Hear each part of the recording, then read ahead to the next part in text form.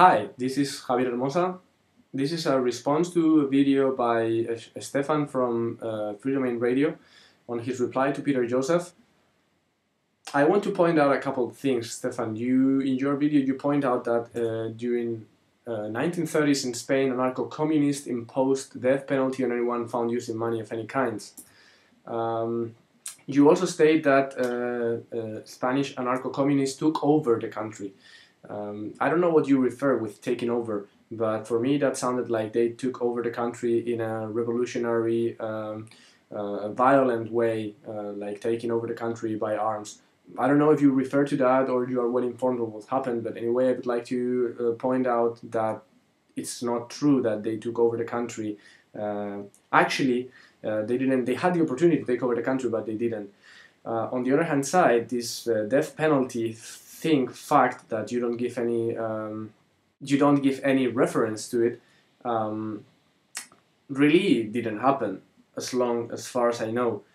There is a very good documentary on what really happened in Spain during the 1930s, actually between the 18th of July of 1936 and mid of 1938, beginning of 1939. It's called Living Utopia, or Vivir la Utopía in Spanish. You can find it on YouTube. It's well subtitled in English. You should take a look at it. It's very well informing on what really happened, from very first-hand witnesses of what really happened there, because they interview old people that were members of the CNT, or that are sons, relatives to people that was living at the time, or maybe themselves they were living but they were children. It's very interesting. I think you should watch it to really find out what really happened in Spain with the anarcho-communist movement. But going back to the facts, to the two facts that you point out, first of all, about the death penalty imposed, that's not true. What happened in Spain is that in 1936, on the 18th of July, the sublevating army of Franco and his colleagues called for a coup d'etat in many different army bases in Spain.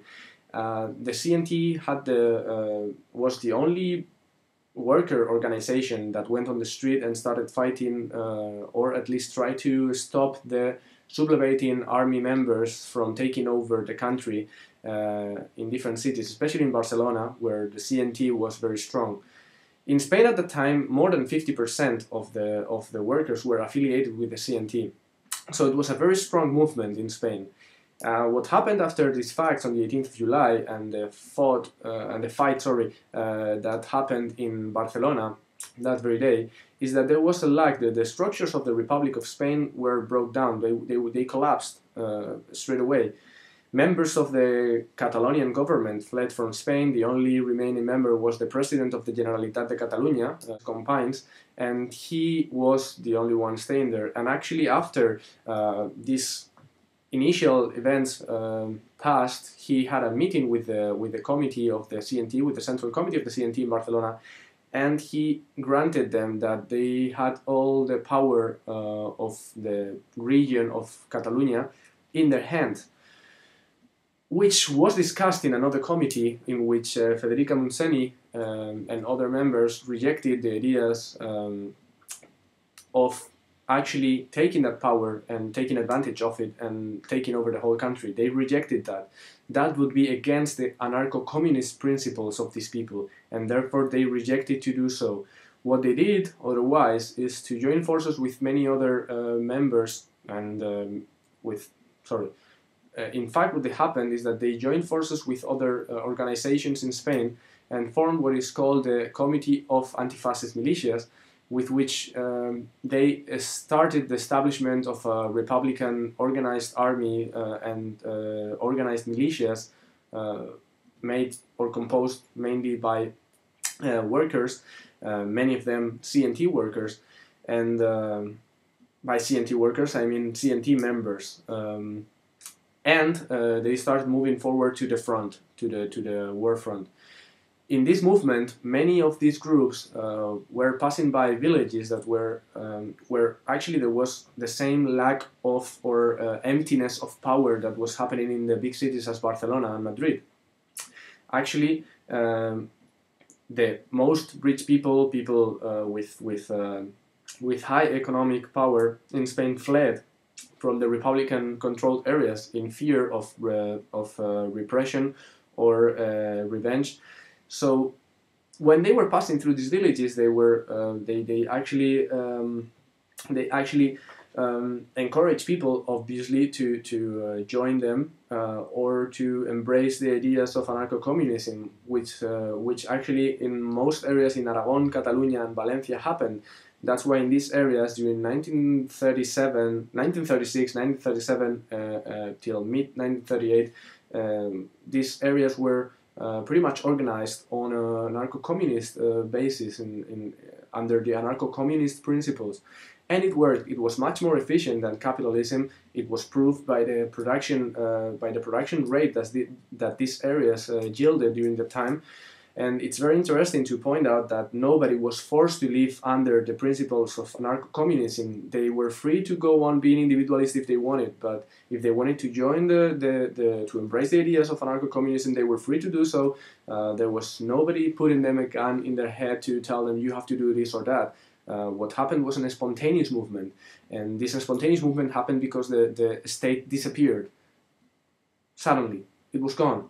There was no state, and the only massive power, the only massive organized movement in Spain was the CNT, and they established what they wanted to establish as a new and future society. So saying that there was death penalty for people who wanted to keep on using money, it's stupid. Money had no value. There was no value for money because nobody was valuing money, because they were all living under the principles of anarcho-communism. There was butchers that could be used to exchange products. There was rationing booklets, etc., etc. But there was money didn't have any meaning because it didn't exist.